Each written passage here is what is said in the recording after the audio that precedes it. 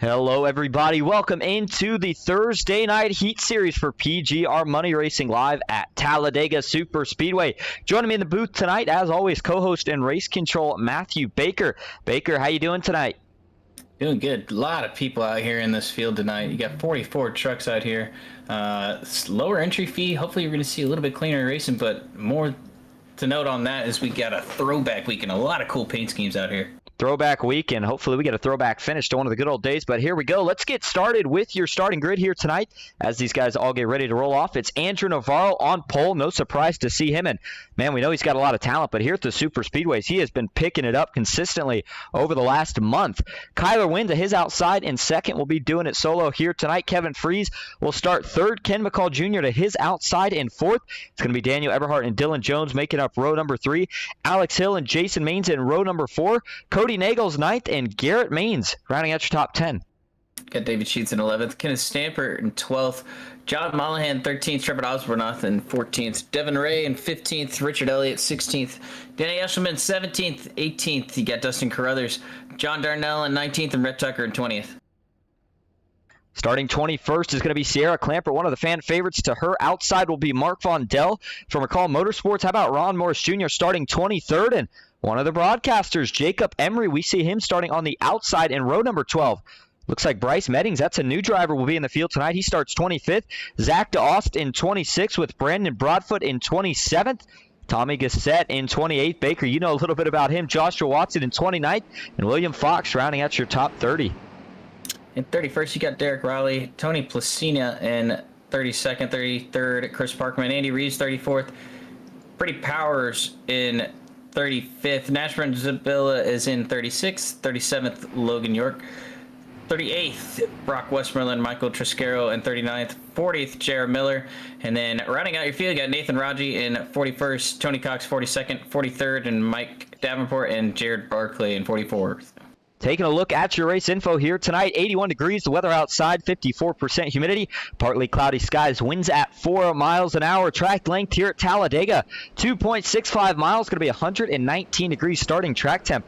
Pretty scorching hot. We'll see if that gives these guys any trouble. And as mentioned, it's a throwback race, so we're going to go back to 45 laps here tonight. Everybody going to have 45% fuel, unlimited tires, that one fast repair, fixed setups, 3 green, white checkers, and a lot of good-looking throwback schemes, which we will go through as the night goes on. But first thing I want to break down before this race gets going is Baker.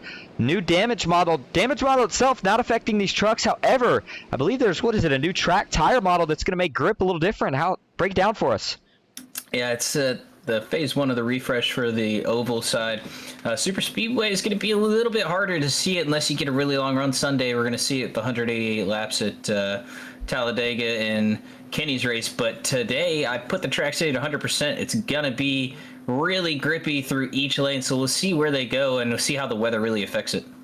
Absolutely. And remember, tonight, if we reach 40 live viewers, actually, Logan York says 0 fast pairs, did not get that memo from the flyer, so thank you for the update, Logan. If we reach 40 live viewers at any point tonight, be given a free entryway into the big race on Sunday. Stay tuned for that. We're at 23 right now.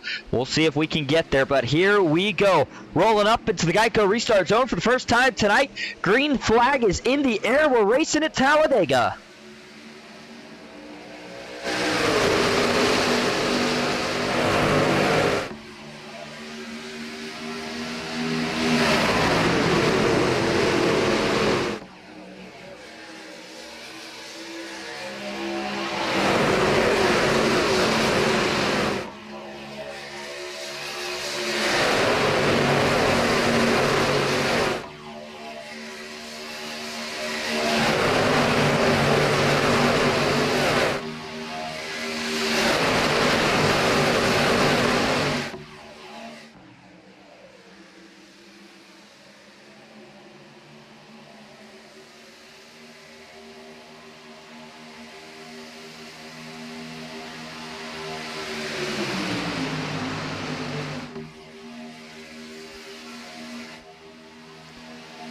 Lap 1 is going to go to Andrew Navarro in the 42. Machine leads the inside. How about Daniel Eberhard with a strong run on the outside? He's back in a different paint scheme here tonight. Not sure if that was throwback or D3's just got something a little different here tonight. Kevin Freeze doing a lot of pushing on the bottom. Kyler Wynn up top, and him and Eberhard, that's a good duo to put together because you see just how aggressive they both can be in. A lot of pushing right now from Kyler as they race down the Talladega back straightaway and into turn 3. Looks like the 90 will get clear. He'll drop to the bottom. He drops to the bottom. It's going to suck that bottom lane right back up. Andrew Navarro's going to give a good shot here. What we've seen is there's a new setup put in these trucks, and it's real loose in and loose off. So you got to be careful pushing into the corner and out of the corner. You saw down the back stretch, Kyler Wynn got Daniel a little loose. Pretty aggressive here. No fast repairs. Keep that in mind. So, you know, there's some of the best up here up front, but you really got to keep it in the back of your mind that there are no fast repairs in this race. Yeah, you really do, and that's why we're seeing a lot of the 2-wide action right now. We know normally we'd probably see 3-wide at this point, especially with some of the big names that we got back in the field tonight. One of those being Alex Hill in the 77. You actually made a note about him last week, Baker, and you know, I've been noticing this the last couple weeks. He's been more conservative recently, and I think a lot of these guys have started to gain back some respect. I mean, we know that the 77 had plenty of talent, but got a little bit aggressive there for a while. Now he started to get that part in check, and the talents had even more of a chance to show, and he's showing it right now, running up inside the top 10, but he's going to get split 3-wide as Jason Maines, John Mullihan going to try to make a run up top out of turn number 4. We're going to see this 3-wide action start to go. Kyler Wynn's going to take it. Jason Maines now going to be 3rd in line. He tries to duck and make a 4th line. Doesn't happen, though. Kyler tucks back into the bottom. Top really not rolling right now, but we are going to see the momentum start to shift once those temperatures start to come in. And right now, with only 4 laps complete, we know it's only 45% fuel here tonight, Baker, so I'm thinking, these guys can maybe make it about, 13 laps? Yeah, 13, 14 laps is what I'm looking at. 14 laps if you're riding saving like you see a few of these cars doing. As I say that, you've got 2 separate packs right now. A lot of people off the pace. Looks like 6, 7 cars. Yeah, and actually, if we go back to this second pack, looks like it's going to start. Well, actually, we've got a little bit of separation here for the lead pack, and here's that second pack. Looks like right now it's being led by Nathan Rogue. William Fox kind of on an island by himself trying to catch that first pack and hopefully not fall back to the second pack. But here we go, Nathan Rogue back in 35th. He's up 6 from where he started, but again, this pack really going to need to get organized soon. Jared Barclay in it as well. Andy Reeves. Nash Brambilla, surprised to see him back there. Oh, contact in this pack. The 3 with a big save. Now he's going to turn the 87. That's Nathan Rogue hard into the outside wall. Caution is out. And Nathan Rogue with heavy damage to the front end of his Chevy Silverado. And it doesn't look like he's going to be able to finish this race off. Smoke out of the back, and man, that's a tough break early. Just as we got back here talking about this pack needed to get lined up, that is not what they needed to have happen, and it's going to cost them time and unfortunately cost Nathan Rogue a chance at it's looking like a good night. We don't see Nathan out as much, so one of those drivers that when he makes an appearance, you kind of root for him to have a good run, and comes to an end early. Let's go back, take a look at exactly where this all goes wrong. We saw some contacts coming through the tri-oval between, so let's back this up a little bit further. It looked like it was the 3 truck initially, and then a couple of these other guys are going to get in here as well. And so Chris Parkman, you see actually just behind the 3, which I believe is Andy Reeves in this case. I know it's not matching up with his actual car, but go back and take a look here. Yeah, so here you go. You're going to see the contact first, and we'll go back to the chopper view for it. And coming down the track, did not take much. I want to get a better angle of that one. So we're going to go back to TV follow again and back this up one more time. As you see the red truck on the outside, that's the 27 of Jared Barclay. Coming down the track, that's what happens. Nathan Rogue moves down a little bit. I'm not sure if it's from the push or what, but then the 27 tries to follow the 3's there. They make some contact, but 3 does a really good job of saving it right here. He actually comes back up on the track, Andy Reeves, with no issues here. And then now we're going to have some more trouble right here is the 27. I think maybe he was just trying to duck in line behind Nathan Rogue, and unfortunately he misjudged it in a pretty big way. That sends the 87 hard into the outside wall. And, I mean, if you're Nathan Rogue there, Baker, there's just nothing you can really do. Yeah, no, those are teammates. I actually just heard over the comms. It looked way more intentional than what it was. Maybe he was just trying to get in line, but it was unfortunate for sure. Yeah, so we'll go back, actually take a view here with Jared Barclay. And, you know, they were trying to line up, and, oh, that's just a slight misjudgment. It does not look like much. And it doesn't take much with these trucks, but that'll put an end to his night. And as Baker noted, teammates, that's not the way Do you want to have a race and take one more view of it here from the restart cam as a flagman had a pretty good view of this one for Nathan Rogue. Here you go.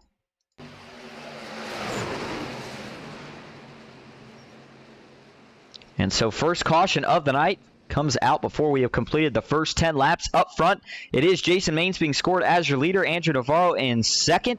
Kyler Wynn back in third with Daniel Eberhardt in third. Daniel Eberhardt in fourth. Garrett Maines fifth. Kevin Freese back in sixth. Dylan Jones seventh. Alex Hill eighth. David Sheets already up tonight. He's up 2 from where he started. And Cody Nagels currently rounding out your top 10. And tell you what, now's probably a good time while we're under caution to see if we can go back and find some of the throwbacks that we got. Again, Daniel Eberhardt, I believe this is, I'm not sure if this was intentional, but last time I saw the scheme was when D3 Money Racing was at the top. And so I'm going to call it a throwback for his Road to Pro Days, et cetera, et cetera. I'm not sure if he's still running it or not.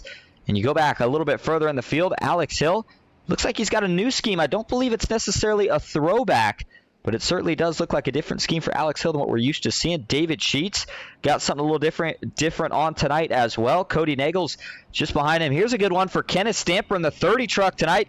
Everybody knows this one. He's got the Dale Earnhardt Wrangler throwback. We'll see if he can get in victory lane. He's got his teammate just behind him in a Jeff Gordon throwback. That's Trevor Osbornoff for KSR. Ken McCall Jr. looks like he's got an Oreo truck tonight. I think that might be the only time I've ever seen Ken not run one of the same schemes, the Georgia Bulldog scheme.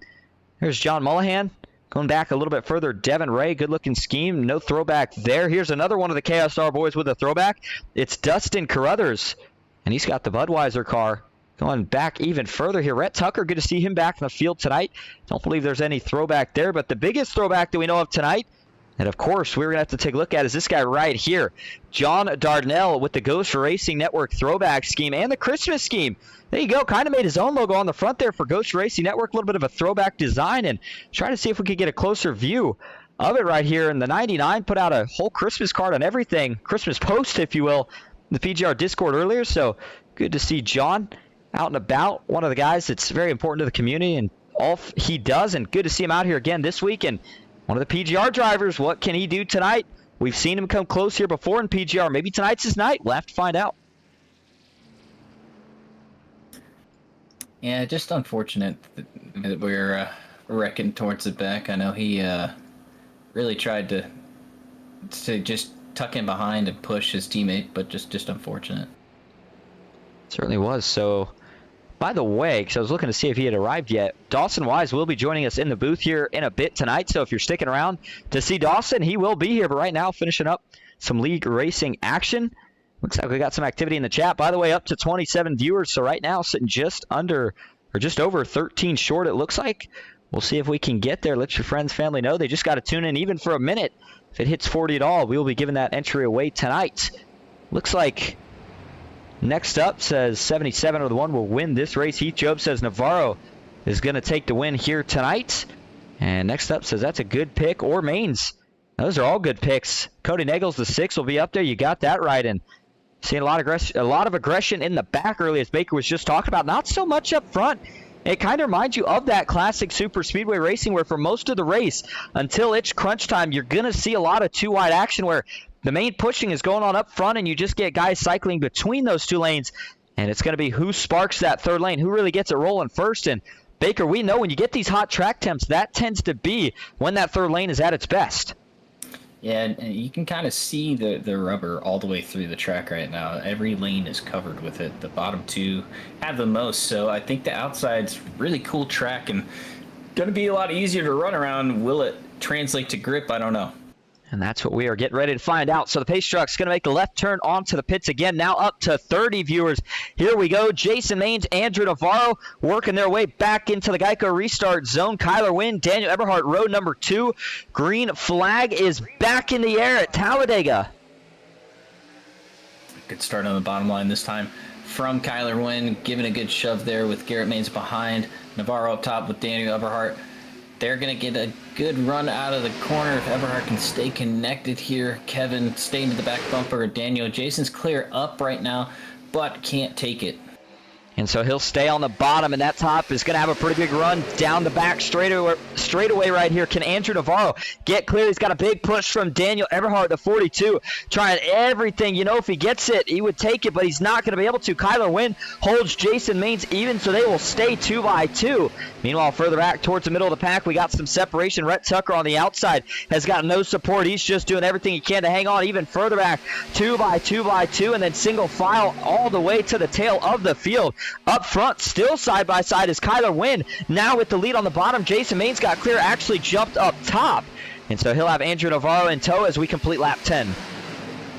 Lap 10 in the books are just 2 by 2 right now. I don't think the third lane is really going to come into play unless you get separation in the front 2 lanes. Once you get that separation, or at least the temps run out, you're really not going to have any shot against that middle lane. It's going to be dominant this entire race, I think. And it has been that way so far, but the bottom not fading yet. Now, Garrett Maines has got a little bit fresher temps than maybe Daniel Eberhardt had when they jumped up, but now Andrew Navarro, who is clear, should have about even temps with Garrett Maines. Kyler Wynn, though, going to jump up. That'll let the bottom cool. Garrett Maines looking to take the lead for the first time here tonight. And don't forget, last week in the big event, the Fall Brawl, we saw Garrett Maines take home the big money, the $500, and what surprisingly was his first PGR Thursday Night Heat Series win. So we'll see if he can make it back-to-back. Dylan Jones, I think maybe this is a little bit of a throwback for Dylan here tonight in the 11. He's got a little bit of a different number change, and he has already found his way into the top 4. But how about the run we're seeing from David Sheets, currently the highest-running McCall Motorsports driver. He's got Ken just about 2 rows back. Kenneth Stamper separating. But again, still 2 by 2, and now we're going to see the first 3-wide move. It's John Mullihan jumping to the third lane. And he'll quickly duck back down in line. There was nothing doing there, and it looks like whoever he was going to get help from is also going to have to jump back down in line. I believe that might have been the 01 of Joshua Watson, who we see back in the field tonight.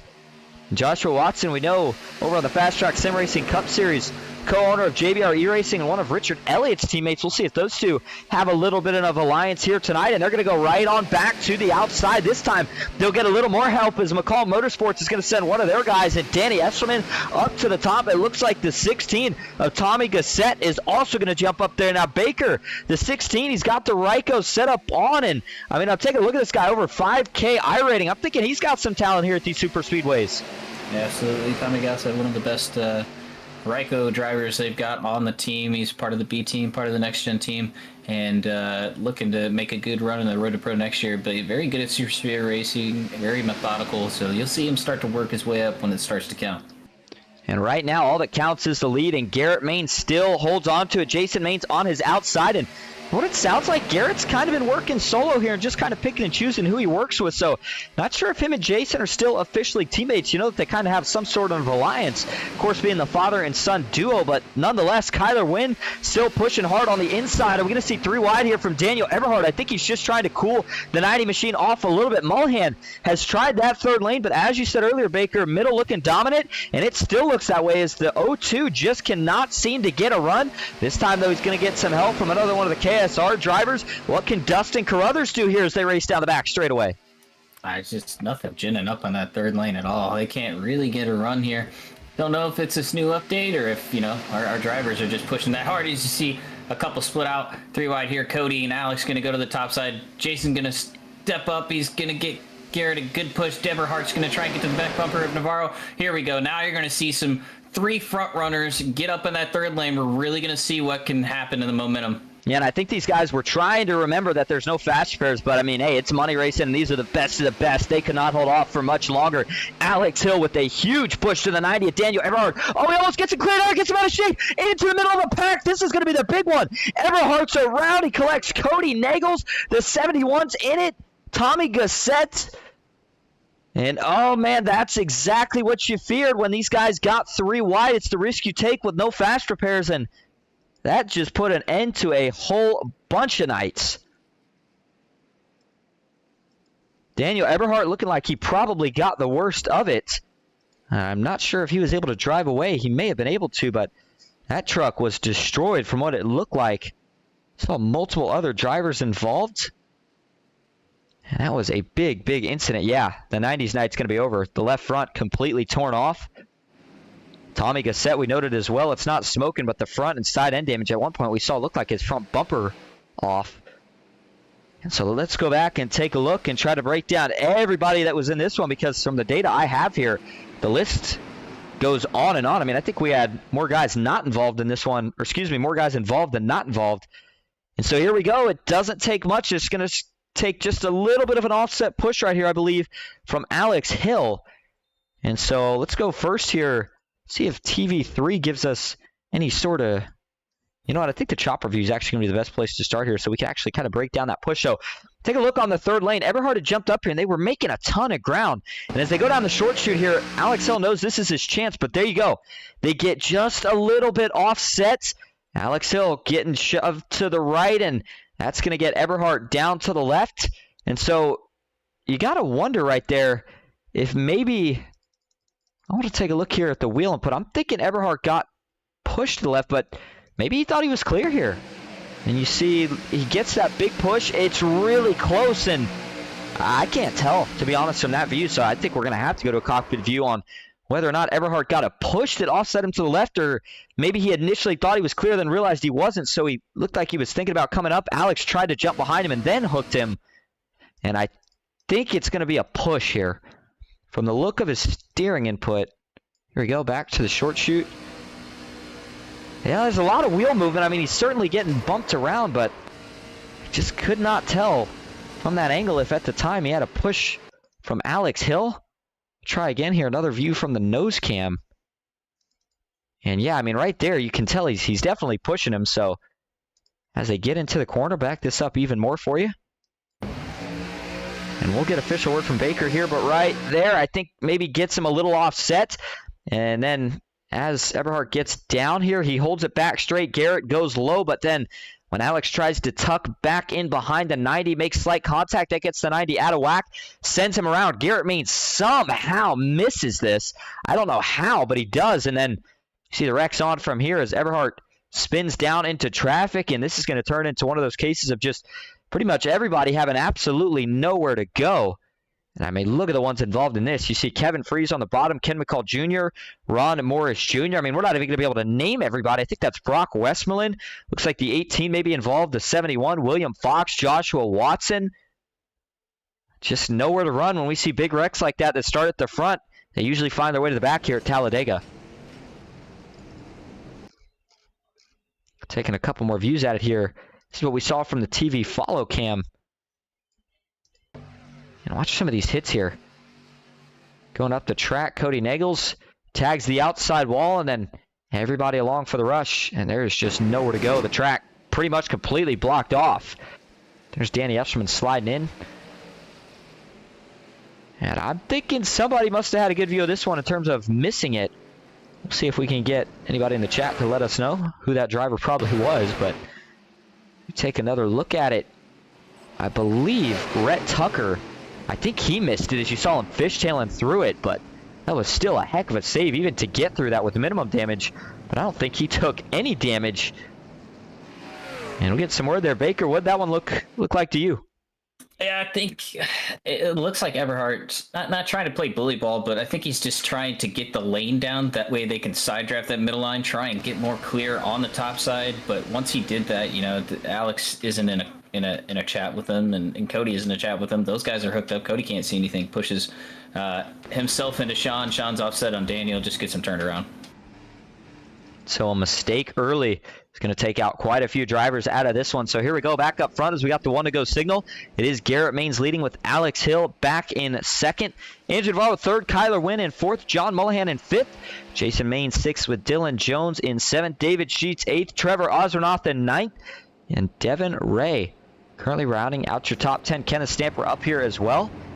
Trying to make a run, but we talked about the job Garrett did miss in that last wreck, but how about the job he's doing up here leading right now? With 77 on the outside with Kyler Wynn, a very aggressive pusher now. Baker, when we see a big wreck like that in a race where we don't have fast pairs, do you think that maybe makes these guys calm down a little bit, or do you say to yourself, since there's maybe less trucks, to get even more aggressive? I don't think you really need to get more aggressive. I think that the less cars, the less the third lane's going to roll. And not many trucks to really test that third lane unless you're leaving like the front two guys out and you have five guys behind you. Are you going to make that top lane work? And they made it work on that last move there but, you know, just unfortunate for Eberhard, and was having a really good run up to that point. Couple suspensions this week, by the way, if you're watching the race last week, and correct me if I'm wrong, but I believe it was Steve Korsak and Jeff Merck after their on-track incident under caution. Both guys trying to retaliate to each other about something they were mad about, and so we do not see them out here this week. But without further ado, joining us in the booth now, looks like Dawson Wise has made an appearance. Dawson, you ready to call some of these action for the last however many laps we got left? Yeah, I've been watching since just before that wreck happened, and it looks like it's just, you know, more of the same that we're used to, right? More of the stuff we saw last week, and man, it's cool to see some of these throwback paint schemes too. What a cool look. Yeah, it certainly is. So here we go. Pace truck going to make another hard left turn on the outside. The 77 of Alex Hill, Andrew Navarro on the inside. $16 entry tonight, by the way, but we had a full field. So payout's going to be looking mighty fine. We'll talk more about those as the race goes on. Still expecting some green flag pit stops. But speaking of green flag, here we go back into the restart zone. Green flag is back in the air at Talladega. Garrett Maines off to a good start. Andrew Navarro in second. John Mullihan trying to push, but that outside line has some pretty good organization. I think they'll get a run here as we work our way down through 1 and 2 and onto the back. Well, and it's got some great pushers in it, too. How about Jason Maines and Kyler Wynn up in the outside line? Definitely know what they're doing up in the outside. How about Trevor Osbornoff makes a quick move up to the top?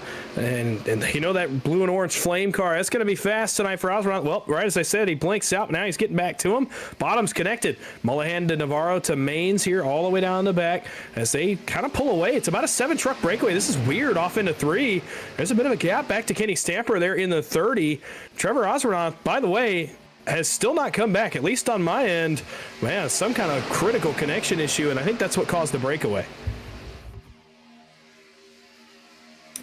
And you see 3 cars on the bottom right now. The top's starting to roll a little bit of separation with 4 cars, but what we've seen so far, Dawson, is that we put it at 100% on the track state just to test out what this over refresh does, what happens when you lay the rubber down to the surface, what it affects the lanes. And right now what it's doing is draft locking these guys. I mean, the bottom and middle lanes are rolling. If you don't have organization on the top, you are not going to go anywhere. We're seeing a lot of separation through the packs right now as they still go 2x2 down the backstretch. Looks like the guys further back are trying to catch on. We got a little bit of separation here, 2 packs. Looks like actually even further back, we've got 3 packs here. This last pack, a lot of the damaged guys there. You see Cody Nagels, Ken McCall Jr., Michael Triscaro, not the run he wanted here early on, but he'll try to make his way back towards the front of the field. Meanwhile, up front, Alex Hill still on the outside. We saw Garrett jump to the inside down the back straightaway, and the 77 might have a chance to drop clear as they cross the checkered flag or start finish line. Yeah, Garrett Maines has been on some kind of momentum tear where he just knows the right move to make. Now, I thought the one on the backstretch last time by was a little bit too aggressive. I thought he was going to get burned for it. He still is able to cycle right back to the lead, get up in front of Alex Hill. So lucky for him, not quite too aggressive, but he slid way across the racetrack. I mean, it was quick. Actually, wow, Navarro's going to get clear, and that's an awfully quick clear up. Not sure how much Garrett Maines appreciates that down the super stretch, but that allows John Mullihan to lead on the bottom. You want to talk about a guy on a tear the last couple weeks. John Mullihan, all of a sudden, between Tuesday and tonight, that guy is seriously on some momentum here, riding into Thursday night. Now he leads the bottom lane. He's got help from Dylan Jones, Kenny Stamper as well. Looks like Rhett Tucker further back also coming towards the front. And, I mean, what I'm seeing right now is the bottom lane is dominant. For Andrew to clear up to that middle lane as soon as Garrett cleared up, I can't believe it. I don't know what their temps are looking like, if they're pushing 3 laps as hard as they can and they're really running out of temps. That's why we saw that 3rd lane kick in on that later run. But I don't know. I think if you got fresh temps, these are the 2 lines you want to be in. Taking a ride on board here with John Darnell, one of our driver cams here for the night, as we have hit 25 laps to go already. And ooh, did Trevor Osbornoff maybe have some trouble right here? Doesn't look like it. It might have been involved in one of those wrecks earlier as we were just getting ready to go to his driver cam. But yeah, currently not out on track. So his struggles continue as we go back up front.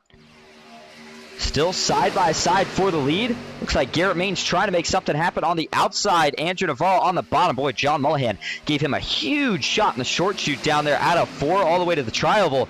And again, still side by side. Neither lane able to prevail. Yeah, I'm just trying to get used to this. Look, I'm not quite used to some of these runs that these guys are getting. Obviously, some difference after the update the other day. It's kind of interesting to see this, honestly. I'm trying to process it myself. Still, the bottom is very, very good. Like Baker noted earlier, a little bit earlier on, Andrew Navarro is just able to hang tough. I mean, they've got 3 trucks down there, but beyond that, not much help. And Navarro's just able to keep the lead, even beyond the back straightaway right here. Where do you expect Garrett Maines to pull back out front, maybe get down in front of the 42? Not able to, still too wide, and there Navarro goes right back up in front, and Mullihan, look how quickly he pulls even with the 42 of Navarro here off turn number 4. That is just such an odd look, and still too wide here with 24 to go. As they're going to be taking 23 laps to go when they cross the start-finish line this time. We took a look at a couple of our onboard cameras here tonight. Couldn't quite get them all, and a couple of them not having the night that they wanted, at least not right off the get-go. We'll see if everybody can improve it.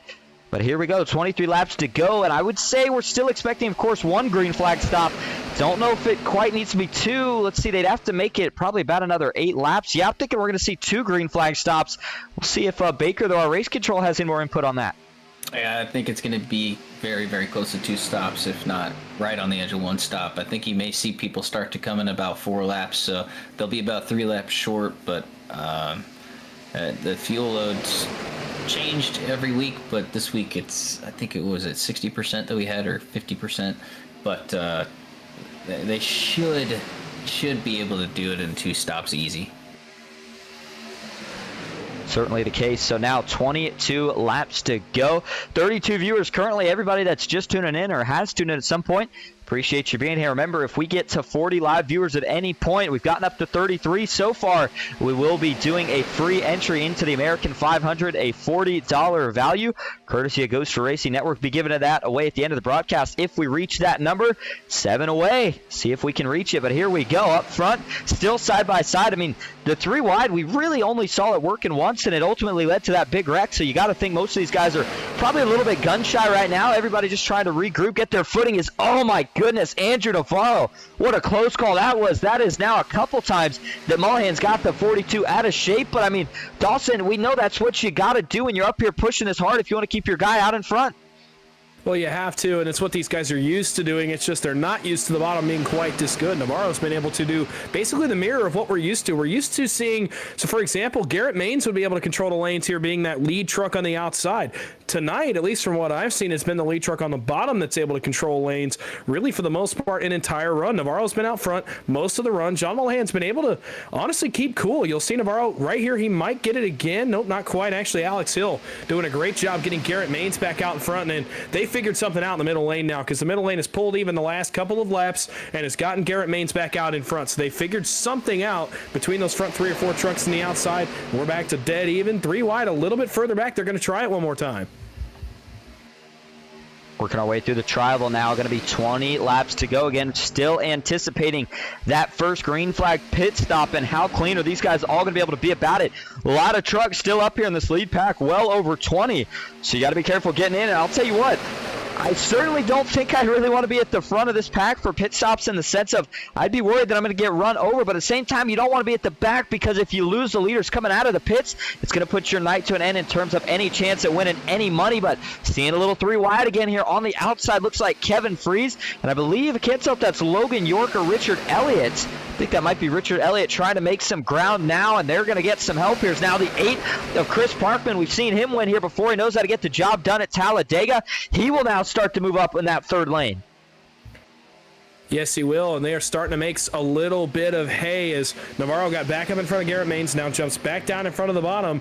Look at that 3rd lane. It stalls. It's stalled now, even just coming towards the front. I'm not used to seeing this. Now they start to get moving once again as Chris Parkman. He's got some momentum. He's coming towards the front. The intensity's starting to raise as we get ever closer to that green flag pit stop. And I'm really surprised to see this much aggression here before we get to that pit stop, right? I mean, they went this whole run basically 2 by 2, and now that we're on the verge of pit stops, everybody decides they want to race. Not quite sure how the logic works about it, but they're going to have to go 4 wide right there around Trevor Osmanoff. Everybody able to do so cleanly, so now they are going to all start to condense back down. 2 trucks still up in that 3rd lane. Richard Elliott bailed out of it. We'll see if he chooses to go back up, but right now Kevin Freeze using all the temps that he has got in the 25 Chevy Silverado to try to get these guys all the way to the front. Chris Parkman, that is. But now as he draws even with Garrett Maines and Alex Hill, they're going to start to stall out into turn 1. Yeah, they need another helper. Oh, sorry. Go ahead, Baker. I was just saying for the track position, that's what I think the battle towards the end of the pit cycle is going to be, is trying to get that track position, because you can see it is hard to get up front, but you see 2 trucks on the outside line making it work right now. I think it's just consistency is key. Stay as close as you can to the guy in front of you. Try and manage those temps and outpush the guys on that bottom and middle line. 42 of Andrew Navarro on the bottom. Garrett Maines in the middle. Chris Parkman still hanging up top. And I think the only reason that we have not seen more guys enticed to this 3rd lane is pit stops have got to be coming up in probably about the next couple laps, if I had to guess. I mean, again, if they can make it another 5, it'd be 1 stop, but I just don't know if they're going to quite get that far from what we heard from Baker earlier. But the 11 of Dylan Jones still 3rd on the bottom, and he has got the 30 of Kenneth Stamper, who's been having a good run all night. Just behind him, Navarro with a big move up to the middle. That's going to help this middle line roll. That'll hurt the outside, and now maybe going to get a couple more takers, as it looks like we're going to have somebody else jump up top, and so we'll see if that makes any progress. Further back, you're starting to see them single file all the way down to the bottom. Yeah, they're getting ready for pit stops here. It's coming up here in the next couple laps. You can tell at a super speedway when everybody's starting to let people in, they're starting to let their teammates in. Oh, trouble! Further back, there's 1 truck around. I can't quite tell which truck that is, but they're going to wreck right in the middle of the pack. Yellow flag will come out, and we have got, looks like maybe anywhere between 3 and 5. Trevor Osmanoff, not sure if he got any damage or was able to sneak through this one. And going further back here, trying to find exactly who all was involved. Looks like the 71 of Derek Raleigh is going to roll away from it, maybe with a little damage. Show Brady Powers, I believe maybe he was in it. Couldn't tell everyone else, but now with this caution, can make the fuel strategy kind of close again. We'll talk more about that in just a moment, but let's go back and take a look at what causes this caution. Again, saw Derek Raleigh in it, one of the first guys to go around, and he's in the 71 machine, and he's actually on the inside right here. In fact, let's go to the TV follow. You see he's currently running on the inside of the 22 machine. Yeah, there's going to be some sort of contact. So, David Sheets. Boy, that was some pretty severe net code from the look of it. Watch David Sheets in the 06. He's going to creep up here a little bit. Yeah, you see he comes off the yellow line, so he's definitely coming up the track a bit, but he's not into the 71 by the time that there's some net code, which the game thinks they're making contact, and that sends the 06 up into the 71, sends him into the 22, and now everybody trying to miss it, the 72, with nowhere to go. Tony Cox is going to clip and make some contact with both of those guys, and then Oswald slowing down. He'll be able to miss it, but Danny Escherman not able to get checked up in time. He's going to get some damage, and it looks like everybody else just went for a slide through the grass. And so the two that are going to get the worst of this one from the looks of it were the 22 and the 71. And we'll go take a couple more looks at this. But, I mean, to me, guys, that just looks like one of those things. Maybe David Sheets, I'm not sure if he maybe bumped the apron or just a slight mistake. But overall, looked like Netcode definitely played a role in that one. Yeah, I think that's really most of what it was. You know, obviously you see Sheets coming up off the bottom, but before they even have a chance to hit, even if they do hit right there, you know, it's probably not that major, but they come together regardless in netcode, and we have some innocent bystanders in that one, and it happened right at the beginning end of a pit cycle too. Yeah, that's probably about the worst time it could happen, because we always know when it happens right in the fuel window, that's where you get either a fuel-saving race or guys that can all make it, and we get a lot of chaos. So we'll know when these guys go green how many laps are left if we think they'll make it. And as we take one more look at this wreck from the fan cam, boy, they certainly got a pretty good view of this one as they're working their way through 3 and 4. And again, lucky that that wasn't a lot bigger than it was. You saw a lot of people have to dive down to the apron to miss it. I mean, no fast repairs has definitely helped with that tonight. A lot of guys make sure they get on the brakes and make sure that they try to check up to miss the wreck. As you know, if you make a mistake and get in it, you may not have, well, not may not, you won't have that fast spare to use to save yourself. So as we go back live and we go up front, it is Andrew Navarro being scored as your leader, with Garrett Maines in second, John Mullahan in third. And remember, he had that second place finish in Tuesday Night Thunder on Tuesday, so he's got a lot of momentum on his side, up 10 from where he started. And said he's actually been doing the same thing since last Thursday when he got a good finish. So we'll see if that is able to continue here tonight. Dylan Jones back in fourth, and Kyler Wynn rounding out your top 5 with 15 laps to go.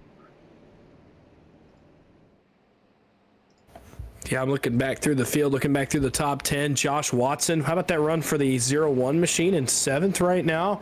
Kevin Freese, Chris Parkman, man, that caution couldn't come at a better time for them as they're able to actually salvage some track position at the back end of the top 10, and now they'll be able to try to go after it again. If they were the only 2 in the top lane and somehow made it work, and it really could not have come at a better time. Kevin Freese, you could tell he was getting hot. They were going to have to go to the back, and fortunately for them, caution comes out at exactly the right time. They're going to be in a good spot right here.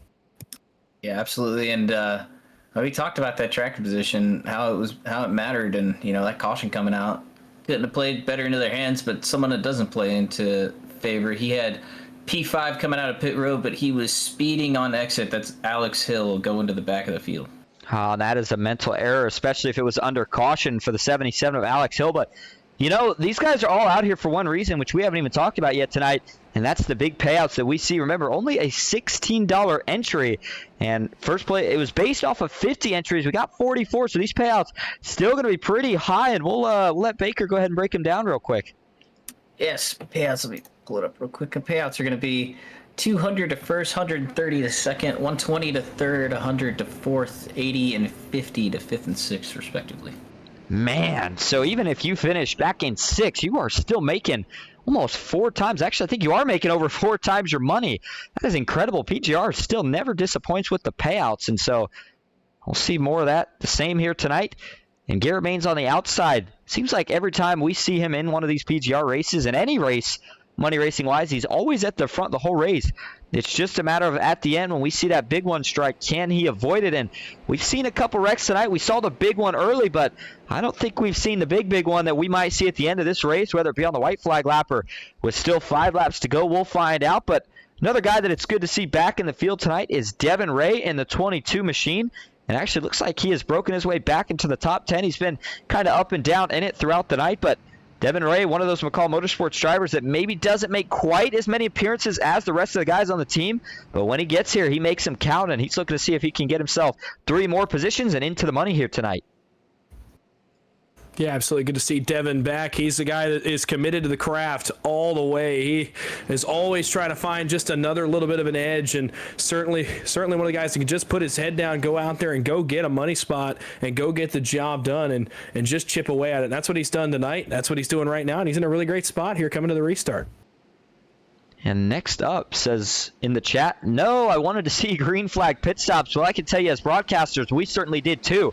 They're always fun to call, but nonetheless, we're going to get a lot of racing. And hey, still a chance. It's really, really close. Baker said earlier, 13 to 14 laps. It's going to be 13 exactly to go when we go green, but those couple of caution laps are going to make it close. I think they're good, but we're going to find out. Here we go. Green flag is back in the air. 13 laps to go at Talladega in the throwback race. Oh, man, what a start by the top lane right there. Garrett Maines and Dylan Jones, they're just waiting on their help. Kenny Stamper, and unfortunately, as they wait, John Mullahan is pushing for all he's worth on the back of Andrew Navarro. The problem is their help has bailed on the bottom. It's just Navarro and Mullahan. Nothing doing for them down there. It allowed Garrett Maines to pull to the lead. Dylan Jones all over the back bumper of him. Where does Kenny Stamper go when he gets there? The help is coming on the bottom, but they have to wait for it. Maines is going to get cleared as he take it here into 3. Yeah, and that help that was coming on the bottom was just taking way, way too long to get there. Garrett Maines back to the top. Andrew Navarro starting to get there now on the bottom. And actually, I think a couple of the guys on the top had a chance to jump down, but I think Dylan may be committed here to Garrett Maines at least the rest of the way, assuming it stays green. So don't look for that 11 to make the move, but certainly watch for the 30. And if he doesn't, we know Kyler Wynn will be the guy to do it here as we cross 12 laps to go. Oh, big one out back. One guy around trying to see if anybody else gets involved. No, looks like it'll stay with one truck right now. Make it 2 as the 66 piles in. That's Bryce Meddings and Tony Cox. he took a big impact into the outside wall. You saw the truck take a huge shot into the outside wall as they slid back across the racing surface. So that brings out your 4th caution of the night with 12 laps to go. And man, oh man, let's see how Tony Cox gets turned out of line. So that's Alex Hill in the 77 on the outside. You see the 72 on the bottom. And it looks to me like Tony Cox is coming up the track a little bit, and I think there may have been some net code that turns the 72 pretty hard into the outside wall. You see all 4 tires just briefly come off the ground and then slide back down. Everyone trying to miss him. The 66, absolutely nowhere to go for Bryce Meddings. That's a tough break. As we go back and take a couple more looks, I mean, you know, I think the chopper view is probably going to do us a little more justice here. Maybe the TV follow here. But again, didn't look to me like Alex Hill moved down here. I mean, we can watch the tires. That's usually the best indication. So watch Tony Cox here. You see where he's running now? He's going to get down here. Watch his right side tires. They are right about on the white line, and now you see him coming off of it. He's about halfway into the next lane, and then, yeah, just a little bit of net code between him and Alex Hill is what sends that 72 around hard into the outside wall. Just, again, guys in the back. I don't really think Tony was trying to jump to the outside. Again, he just drifted a little bit, but, I mean, Dawson, we've seen this before as a driver. Sometimes you got to make sure that you're always aware of what's around you, because sometimes even if you just barely drift up, you can get caught. Yeah, absolutely, and that's just what happens there. You just, you know, maybe you're going through the motions, right at the tail end, you're looking at something else, maybe up further in the field, you see something that you're focused on, and you start to drift up a little bit, and obviously, you know, no malicious intent by either driver there, just kind of they meet. Tony Cox drifts up just a little bit, and yeah, sorry, I was watching Andrew Navarro here at the entrance of pit road after that as he faked out, but I'm telling you what, I thought he went inside the commitment cone right there. Well, we'll know soon if he gets the penalty. But Baker, I mean, any more input on that wreck just kind of looked like one of those racing incidents. Yeah, just one of those netcode deals. And you see Tony Cox get hooked in the outside wall. Hill's just trying to get to the outside, gain some track position. Cox comes up the hill just a tad bit, but I mean, there's still about 1.5 feet, so no fault there. And so it's going to be a restart under 10 to go. We're going to be plenty good on fuel now, so it will be a sprint to the finish, and you don't really need to worry about that fast repair because it's only 10 laps to go. You got to get to the front now, so this is where we could either start to see some carnage or some of the best racing we have gotten all night, hoping it's the latter of the choices. But as we are now up to 34 viewers, again, 6 away from that 40 mark in order to give away the $40 entry tonight. I will say, if we don't get it tonight, I probably will still end up giving away something in terms of for that race. Just don't know if it'll be in the form of an entry or in terms of the total pot. But again, if you get 6 more people here tonight, then we'll be giving away that entry at the end of the broadcast. We've gotten pretty close, but nonetheless, about 34 guys coming out. Me, Baker, and Dawson are all glad to see you guys out here enjoying some PGR action here tonight on Thursday night. And don't forget, tomorrow night, Saturday night, the NOMA Truck Series Championship. Don't miss out on that. And then Sunday night is, of course, the American 500, and they are only 1 spot remaining, and I believe that may be getting sold out here pretty soon. And that's going to be a fun one, too. Dawson, Wise, not sure if you and Baker are racing that one. I'd have to assume you guys are, and if you are, how you feeling about it? I'll tell you, for me personally, I'm not going to be in the field. I've got some NSRA playoff racing to attend to on Sunday night for our league, but I do know a lot of guys that are in it, and they're very excited. It's going to be fun. 500 miles, very fun event. Yeah, I'm looking to see how the track changes over the course of the 188 laps and really see what kind of racing we can get and how many laps it takes to get really good racing in these trucks. See if the top line becomes dominant, see what happens with the middle line, and really experiment with these cars. What I'm really excited to experiment with, though, is the Xfinity car, and that's going to start with Rob Morris's playoff races next week, and that's going to be a ton of fun.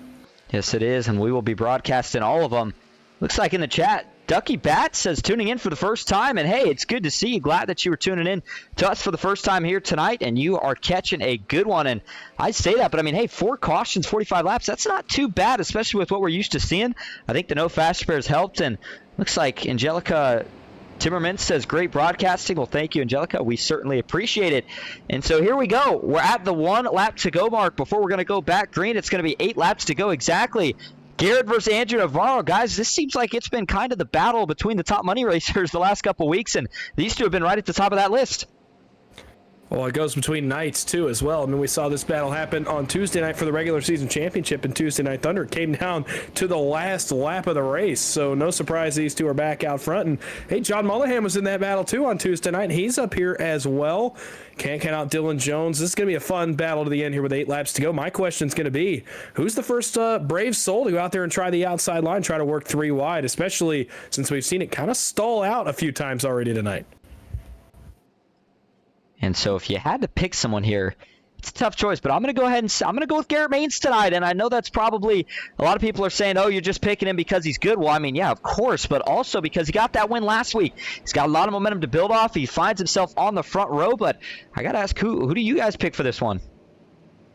Man, I think I'm looking at John Mullahan. I think I'm going to keep riding with the 0-2. I was, really giving him some praise on Tuesday night for the race he ran. I think he's run a good race again tonight. I like his chances right here, especially if Navarro maybe gets up in front of Garrett on this restart. Mullahan can lead the bottom. He's got a teammate behind him. I like the chances of the 0-2. All right, so here we go. The pace truck working its way out of turn number 4. Again, I know it's a ways away, but we always got to bring it up. If we can make it to that white flag, that is when this race will be official, and we will race it all the way back to the checkered flag. Still going to have a little ways before then, but it's going to be Andrew Navarro, Garrett Maines in row 1, John Mullahan, Alex Hill, row 2, Devin Ray, Kenneth Stamper, row 3. Those two hungry for a win here tonight. Can one of them get the job done? Joshua Watson, can't count him out. First night back, and he is now back in the top 10, almost top 5. Green flag back in the air. 8 laps to go at Talladega. Down towards turn 1, bottom gets a good roll. There goes Navarro. John Mullahan's going to be pushing hard. Like I said, I think he wants Navarro to get up right here. If he can lead the bottom, John Mullahan's going to be in a good spot. Man, Dylan Jones, you just cannot say enough about the job he's done pushing Garrett up on the outside. Both restarts now. He's had basically no help this entire first lap of the run. This time, same thing, and he keeps Garrett almost dead even with that bottom line here all the way down the super stretch into 3. Now Navarro clears to the lead. Let's see if he'll get up in front of Garrett Maines. Side by side through turn 3. Sorry to cut you off right there, Baker. Andrew Navarro, though, still leading the bottom. Garrett Maines on the outside. The 11 of Dylan Jones trying everything to get Garrett back clear. And if you're John Mullahan, this is right where you want to be. You were just talking about how he has been the man on the inside here for the last couple races, and he's been the lead pusher, and it's worked out well. Look to see that 0-2 stay there for the rest of the way. Yeah, I think him being in that position, second on the bottom, he feels safe there. He knows he could be in the money. He's not splitting with anyone. He would like to go out there and get the win, but fourth place pays $100. You're making almost 10 times your money back, so it's definitely worth it to be that pusher. And as they're wrecking towards the back of the field, 2 cars to the apron. On those 2 cars, trying to figure out exactly who it was. Ooh, 2 big hits to the inside wall potentially here. One of them's the 10 of Brandon Broadfoot. It looks like Mike Davenport will be the other in the 55. Not 2 teammates, but 2 guys that help each other out quite a bit. And here we go. Let's take a quick look before we go back live. And looks like one of them going to get turned out of line from the outside. Actually, that was 2 separate turns. Broadfoot quickly wheels it back. And is he going to be able to save this thing? Oh, he does, but he gets unfortunately hit by Mike Davenport, who was also sliding towards the inside wall. It lessens both of their impacts collectively, but looked like Broadfoot was going to be able to escape that one initially, but unfortunately the contact with the 55, not so much. Back up front, 3 wide action. Andrew Navarro on the bottom, Maines in the middle. How about Joshua Watson looking for his first ever win in PGR? He now leads up top. Oh, man, I thought he was clear going into turn number 1. He hesitated, same as we saw on Tuesday night with Jeff Merck at the front of the field. He hesitated for just a moment. Now he's no longer clear, and, man, now he's running way up against the wall. He's going to be lucky Kevin Freese doesn't hook a left, try to get inside him right here and take him 4 wide, but Watson doing a good job. Man, there it is. There it is. Yep. Called it, and here we go. The 25 going to take it 4 wide. Goes to the middle. Joshua Watson doing everything right, but he's going to get hung out. Kevin Freese now looking for the lead. He'll have a teammate, and Garrett Maines to the inside. Ooh, Jason Maines looked like he thought about splitting, thinks better of it. He'll stay behind the 25. The 1 still leading the middle, but if Kenneth Stamper can get clear, does he maybe take a shot of going to the top? You see Kevin Freese side drafting big time. Garrett Maines moves to that 3rd line. He knew the 2nd line was coming with Andrew Navarro. It's going to give Garrett the best shot, but Kenneth's going to... Oh, they're going to hook it from the field. And this is going to collect a whole bunch of them. Garrett Maines gets tagged. The wreck's on from here. The 11 of Dylan Jones slides back down. Rhett Tucker, Joshua Watson gets turned up into the outside wall. Everybody's scattering to miss this. I mean, they're still wrecking.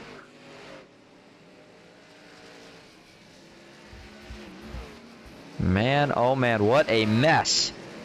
You knew the big one had to come sooner or later. It comes with 5 laps to go. Let's go back and take a look because this one might take a couple laps to break down.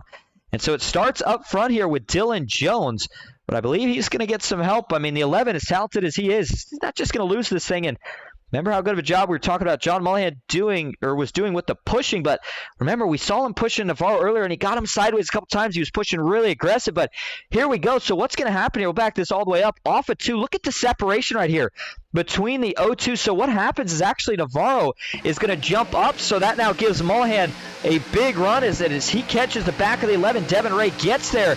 Mullihan checks up, but then Devin Ray gets into the back of the 0-2. The stack up, they get offset, and then ultimately Mullihan accidentally hooks Dylan Jones, sends him around, and then into the rest of the field. And as you could probably see there, the rest is history, and it turns into a junkyard pretty quick.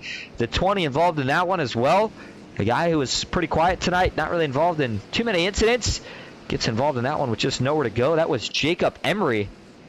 And then as he comes back up, everybody was trying to miss it, but I mean, that one was brutal. That looked like it took out probably about half of the field. Yeah, Chris Parkman involved as well in the 8. Kevin Freese, Jason Maines also involved. There's several good front-running trucks involved in this one that just really had nowhere to go. When Dylan came back across the racetrack, I thought for sure that was going to collect even more trucks than it did. Somehow, some of the front runners got away from that, even though Dylan came back across the front row of the field. And, man, from about halfway on back, that destroyed some trucks. Some guys got in there really hot and just had nowhere to go. John Darnell in it. There's the late hit for Joshua Watson. I think he was close to missing it, so that's a really tough break for the 0-1 machine. He gets back rolling, but we saw Garrett Maines get tagged in the back, and that could potentially put an end to the night for one of the favorites here.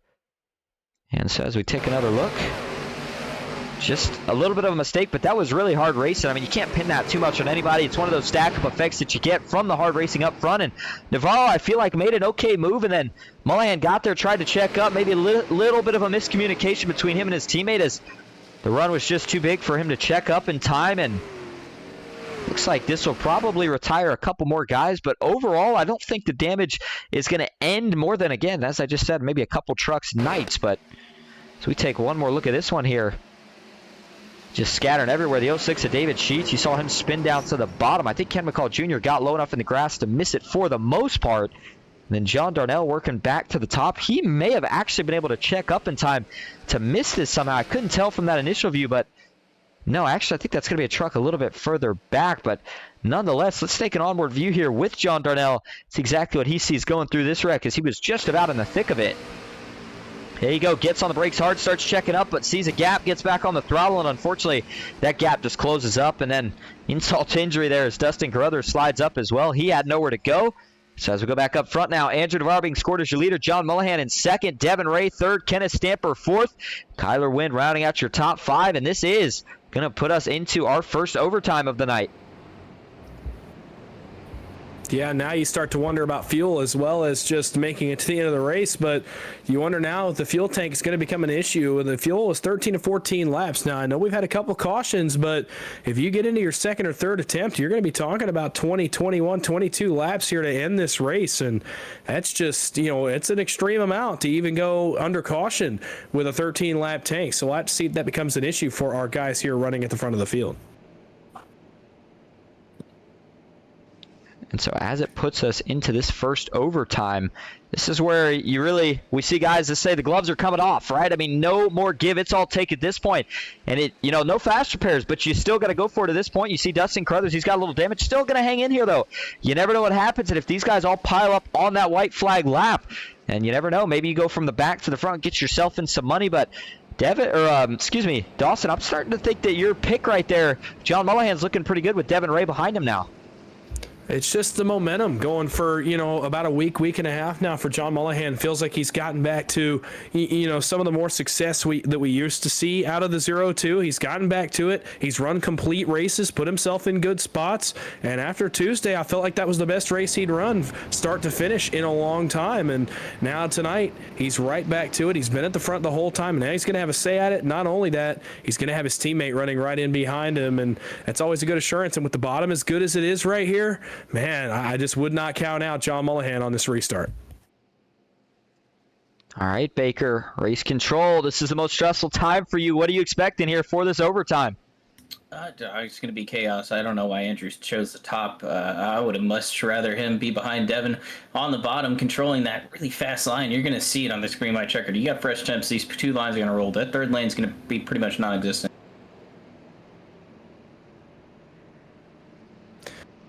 Well, absolutely, you're right. I mean, we've seen the third line already be somewhat non-existent, but now the pushing gets harder. The no lifting becomes a real thing on this restart. You know, Kenny Stamper, Devin Ray, they're both going to be all over the back bumpers of the guys in front of them, ready to just push all the way home here for the next about 2.5, 3 miles or so. They're ready to get the job done for the guys in front of them, and heck, maybe when they come out of the smoke, they have a look at it themselves.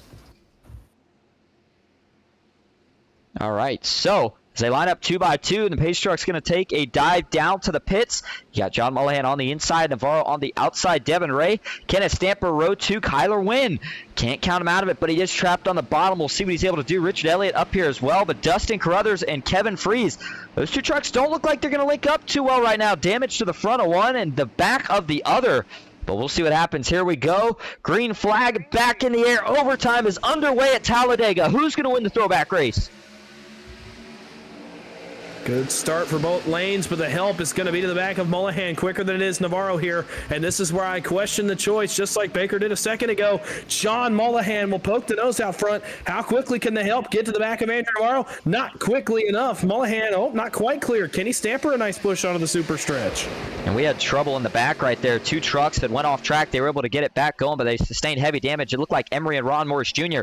Meanwhile, up front, still side by side down the Talladega back straightaway. John Mullahan doing a lot of pushing, almost some contact further back between Ken McCall Jr. and Michael Triscaro. Everybody keeping it clean.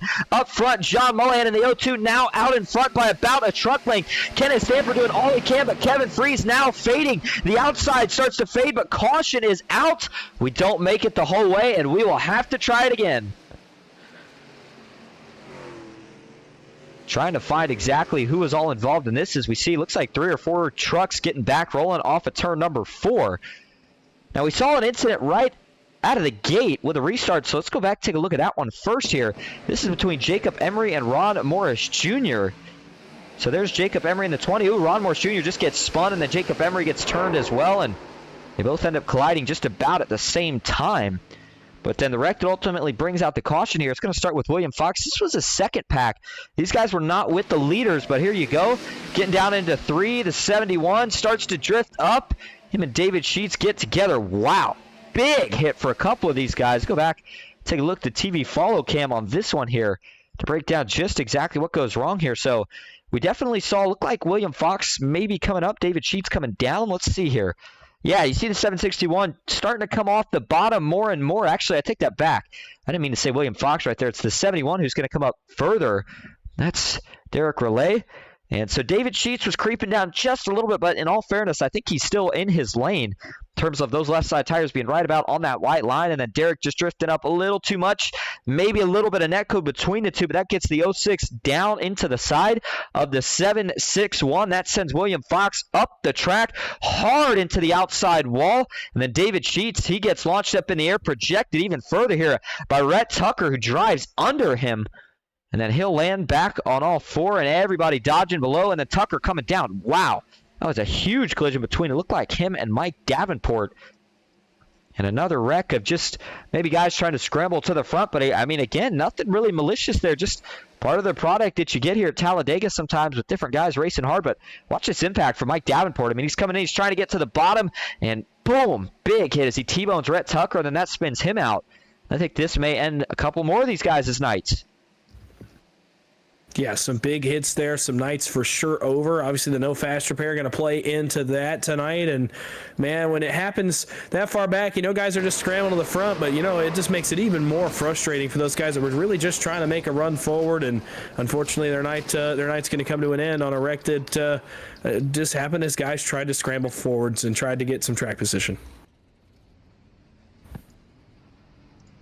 As we get ready to go back under the green flag, though, this really kind of resets the field. Andrew Navarro goes from first to third, I believe, on this restart. I don't know if he's second or third. It looks to be third, and if he is third, man, what a Well, what an unfortunate restart for the 42 if he's going to lose out on the front row, especially because it's going to be teammates here on the front row when we go back green. Mullihan and Devin Ray, and man, with Navarro now stuck third, he's going to have to do the same thing John Mullihan just did over the past couple of restarts to get back forward and make his presence felt once again and poke his nose out front on the bottom. He's almost going to have another caution like Mullihan did to even have another opportunity to get back to the front. So unfortunate for Navarro, but he's going to be a good pusher right here, and certainly he's going to give himself a shot to be back in this one.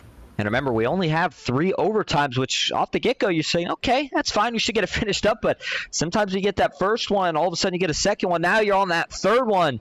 And, man, you don't want to be in that position if you are not in the money, because you know that means this race could end under caution. But hoping everybody can keep it clean. Fuel, maybe a little bit of a concern for some of these drivers. In fact, Baker, you got any info on how everybody is looking on fuel? It's going to be really, really close on fuel for these guys. I think they're going to be okay for this green white checker. This next one would be very close. So we'll be looking out for fumes if we get to that third green white checker. Hopefully we don't have to have it. Hopefully we get a good restart here and get this race in. So it'll be another 2-lap shootout as you see Garrett Maines leaving the pits trying to repair more damage. Just damage control at this point if you are the one machine here tonight. But, man, look at the list here. Looks like from about 31st on back, either in the pits, a lap down, or out of this race due to damage. And remember, there was no fast repairs tonight. That's why we see so many trucks out of the race. These guys had gotten a wreck. Most of them, if they sustained heavy damage, were not able to continue. So, some guys like the no fast repair, some guys hate it, but at the end of the day, I think it provides kind of that more realistic racing product in the sense of everybody's got to use their heads a little bit more, at least until the end of this race. When the money's on the line, that's when, as a driver, I feel like you got to go for it. That's what we've seen here, and seeing potentially a new winner here tonight with some of these guys that are inside the top 5 right now. Always love the prospect of a new winner on a Thursday night. We've seen it several times over the last couple of months, and it's always a really cool moment, especially on these nights that have really good payouts for the winner. It's been really good winning payouts the past few weeks, and we saw Chris Parkman get one of those a few weeks back in the 8, and like certain guys here that are in this field are in a great spot to get the same thing done and really put their name on the map here in PGR. Yeah, the first person I'm looking at is Kyler Wynn to maybe jump to that third line. I think Elliott would go with him if they get up there, and then he'll try and fill that middle spot. But Kyler's going to have to do something here to try and get around. I know he may be fine with just pushing second in line on the top. It's a great place to be. It's a catbird seat that we always call it. But tonight, I think the catbird seat is where Andrew Navarro is right now. Mullihan was in the perfect position this last restart. This time, I think it is definitely Andrew Navarro. I'll tell you what, interestingly enough, when I first started money racing and didn't have a team to be on, the only guy that was able to push me for 2 laps solid and kept me in the lead to get the win was Kyler Wynn. So we know he knows how to get the job done. Likes to ride solo, but boy, how much would he like to get the win here tonight on Throwback Thursday. Here we go. Pace truck going to pull off again. Overtime number 2. Getting ready to get underway. John Mullihan with his teammate Devin Ray to the outside. Can it be a 1-2 finish from McCall Motorsports? Or can one of the high I-rating Road to Pro drivers and Andrew Navarro, Kyler Wynn, steal it? Here we go. Green flag is back in the air. We're racing at Talladega. A great start on the bottom from Navarro in that perfect position to hop up. Mullihan may throw a late block to the top, but Navarro is possibly going to get clear here. If he can get Stamper to his back bumper, he will get clear, hopefully through the middle of the corner, if not on corner exit. If he takes it, I think Mullihan's going to block it as well. I don't think he has a choice but to block it, and Navarro gets there, but he does not. Now the top gets back to it. Navarro has to be content here to push John Mullihan. Devin Ray's got to push from Kyler Wynn. It's an 8-truck breakaway here at the front, back to Alex Hill in 8th, 4th on the outside line. Then you look further back, actually make it a 9-truck breakaway now as Kenny McCullough has joined the festivities here at the front of the field. He is 9th, just outside the money. Devin Ray and John Mullihan continue to run 1-2 side by side off turn number 4. And these guys going to make it to the white flag. It's certainly looking like that would make this race official. Here they come through the tribal. Devin Ray with another run. He's not going to get clear. They all keep it clean. So white flag is in the air. 1 lap to go at Talladega. I don't think any 3 wides really going to happen. You're seeing the front 8 right now, front 9 trucks really staying tucked up solid. Hill's the only one a little bit further off. He doesn't have any help behind him, though. Devin Ray's going to push on the line. Kyler Wynn's going to go 3 wide. Ray's going to get hung out. The bottom's going to roll big time here. Hill jumps to the bottom. They're really going to get supported by 6. And you see Navarro go to the top. He's getting the push from Stamper. Here comes Kevin to the back bumper of John. The bottom's still formed a goal. Kenny gets turned out in line. He's going to come back up the track. He saves it. That was a really aggressive move, but it's going to work. Oh, Kyler win! Hard into the outside wall. Now he goes back down the track, wrecking big out back to races on up front. Mohan on the inside, looking for his first win to follow on the outside. Trying to get clear. He's got a big push from Kenneth Stamper. It is going to be a drag race all the way to the finish. Side by side, who gets it? It is going to be Andrew Navarro by less than 1,000th of a second. He beats John Mohan. And the momentum continues as the 42 strikes again. What a win. Unreal. I mean, how does this guy continue to do this? He's done it on Tuesdays this entire season where it looks like maybe he doesn't have enough speed to get to the win, and somehow he pulls out another one. What an incredible win for Andrew Navarro. It certainly was. Before he comes down here to celebrate, yeah, he's going to be happy about that one. You can tell he had to work for it. Let's start with a look at your results. Then we will take a look at that race finish. And don't forget, we're going to give away that $40 entry. So make sure you're tuning in here post-race if you want a chance at winning it. And so here we go. Let's see if may not let us pull up the results just yet, as crazy as that one was. So here we go. Taking a look, we know Andrew Navarro was the man that got the win as he comes around to burn it down. John Mohan brings home a second-place finish. The consistency continues for the two. Kevin Freese in third, Kenneth Stamper fourth, Alex Hill back in fifth, Devin Ray in sixth with Michael Triscaro seventh, Nash Brambilla eighth, Brock Westmoreland at ninth, and Ken McCall Jr. going to be rounding out your top 10. Richard Elliott finishes 11th, Dustin Crothers 12th, Joshua Watson 13th, Brandon Broadfoot 14th, Chris Parkman 15th, Tony Plakanika 16th, John Darnell 17th, Ron Morris 18th, J.R. Miller in 19th, and Garrett Maines rounds out the top 20.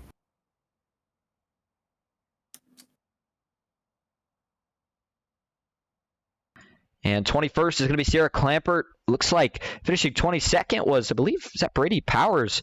Yeah, didn't see him too much tonight, but again, able to bring it back into the top 25. Mark Vondell finishes 23rd. Logan York in 24th. Mike Davenport back in 25th. Danny Escherman 26th with Kyler Wynn in 27th. Going back to 28th, it's going to be Tommy Gassett with Zach Doss, 29th. Jason Maines rounding out top 30. Trevor Osmanoff finishes 31st, Derek Rowley in 32nd, William Fox 33rd, David Sheets 34th, Rhett Tucker in 35th, Jacob Emery 36th, Dylan Jones 37th, Cody Nagels finishes 38th with Tony Cox in 39th, and Bryce Meddings rounds out the top 40. And finishing in 41st tonight is going to be Andy Reeves, Daniel Eberhardt in 42nd. Rounding out the field tonight, 43rd, Jared Barclay, and 44th, Nathan Rogue, after the unfortunate incident that he had to experience earlier on in the race. So we are going to go get your top 3 ready for interviews. Again, after we wrap up these interviews, if you type in the chat after, we'll explain more on it. You will have a chance to win a free entry into the American 500. So stick with us. We'll be right back.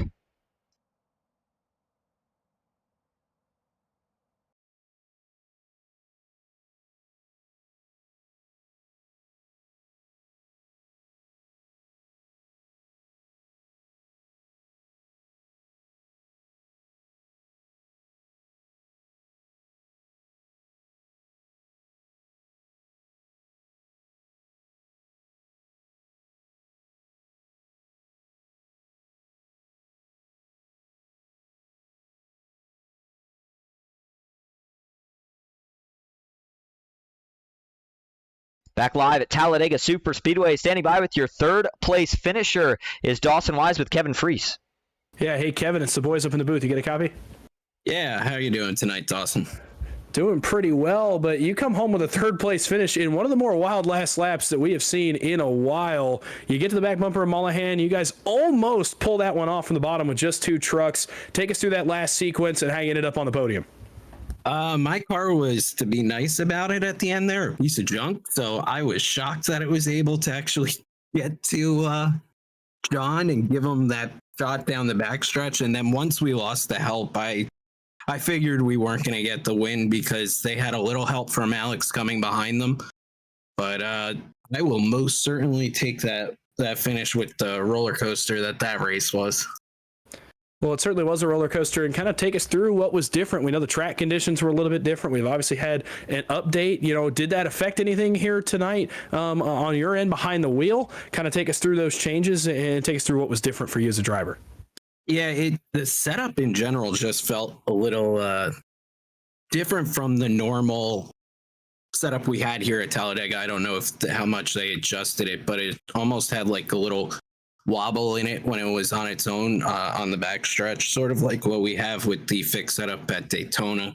And it just in the corners didn't feel as comfortable as it used to. So that was a little bit of a factor. I don't think that had any effect on some of the wrecks in the race, but it certainly was a good race. Dude. The bottom was the place to be, except for that one time we got the top rolling a little bit. Well, nonetheless, you come home with a third place finish tonight. You're on the podium. It's a pretty good payout for you here tonight in the throwback race. So while we've got you up here for a second, anybody you'd like to thank or shout out? Yeah, thanks to Jason for running with me tonight. Triscaro for being the host, dealing with all the headaches that come with running these races. And of course, you guys for putting on the broadcast every week for us. I'm sure everybody out there enjoyed the racing tonight. It was a pretty good one. It certainly was. Congratulations on that third place finish. Go enjoy it. Go celebrate. We will see you next time. Yep. Thank you guys. Have a good night. And now that will bring us to your second place finisher here tonight, John Mullahan from McCall Motorsports. John, this is all set up in the booth. You got a copy? Yes, sir. Well, second on Tuesday, second on Thursday, man. You keep the consistency up. And, hey, it may not be first, but the money's going to keep adding up quick if you keep this up. Hey, man, I'll take it. I was really wanting that W tonight, but, we'll take a second any night of the week. Well, as a race car driver, I mean, as you just said, you wanted to win, but coming to the line, I mean, I don't know about from your perspective, but watching from the booth, that is about as exciting as it can get when you come side by side. First of all, did you think you had it, and what was going through your head as you were coming to the line? No, I could kind of tell. I've got my POV set, quite precisely, so I could see that he had about a third of a fender. So that was an incredible finish. First and foremost, I want to thank Andrew Navarro and Kevin Freese and all those guys for keeping it really clean up there and helping pin on one hell of a show tonight. Yeah, it certainly was. Well, hey, another good finish racked up for you, and of course, McCall Motorsports, way to represent. But before we let you head out tonight, is there anyone you'd like to thank or shout out? Oh, yeah, absolutely. Everybody over at Ghost Racing Network, all the guys over at PGR Racing, Kenny McCullough Motorsports, really looking forward to the 500 this Sunday. Canal Valley Key and 5, Will Jory alone, Carter and Jackson, and my fiance Brittany. All right, well, thank you for talking to us. Congrats again on the second place finish, and we will see you out here next week. I'll see you next Thursday, Austin. All right, and now that will lead us to your winner here tonight. Andrew Navarro gets the win. Matthew Baker stands by. Hey, Andrew, it's Matt and Austin. Dawson up at the booth. You got a copy? Yeah.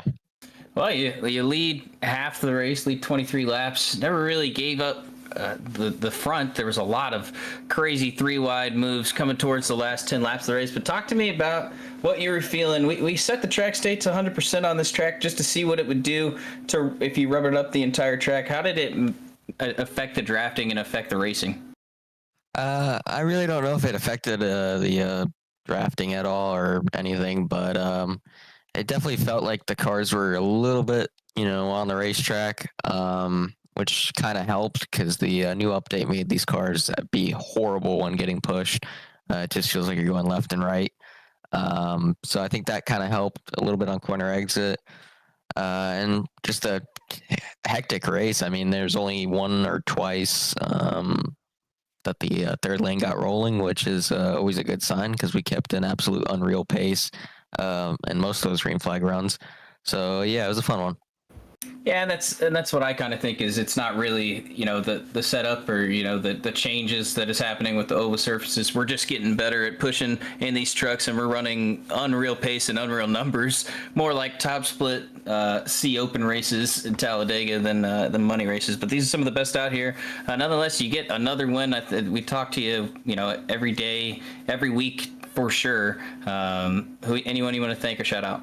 Yeah, I'd like to thank Celebrity Cruises, Adrenaline Capture, 7Cs, my family downstairs for watching, Martin Sports, Premier Racing Setups, you guys for broadcasting, and Michael for putting on the race. Well, thanks for talking to us, Andrew. That's your winner, Andrew Navarro. Thank you.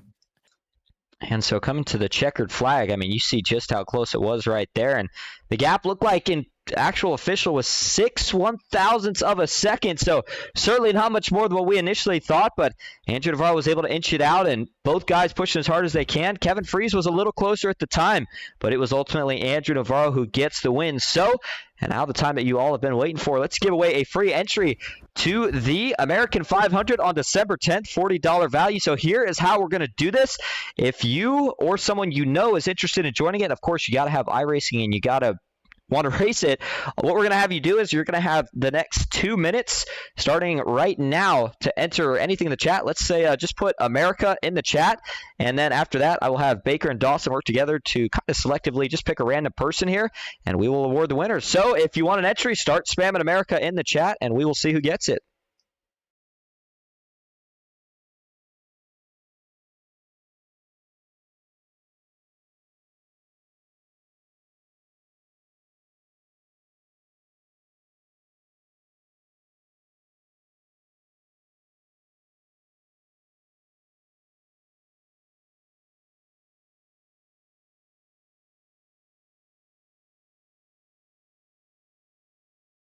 And we're sitting here watching the booth, but remember, the more time you guys put America, the more chances you'll have at it.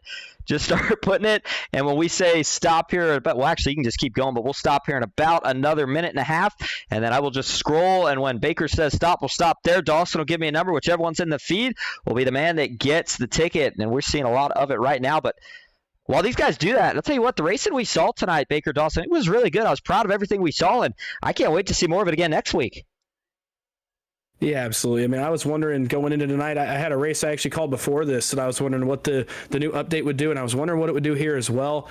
I don't think it made as much change here, and I think we all anticipated that, but certainly putting the track stint on 100%, the third line was not able to get rolling. Obviously, you heard Navarro talking about the setup is different.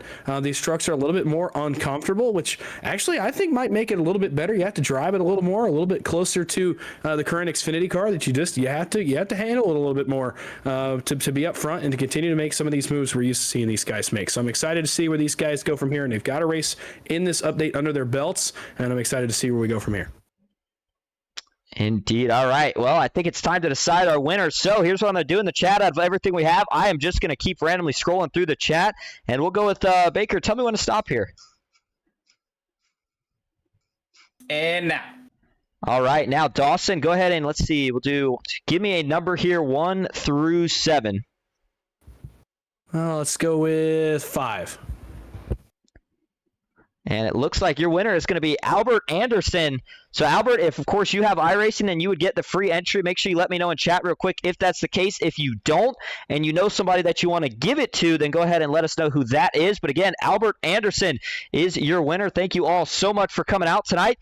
I hope you did enjoy, and hopefully you'll come in and tune in again with us next week. And don't miss out on Sunday's race. So as we await that, I'll tell you what, let's make sure we get a couple things here. So what I'll do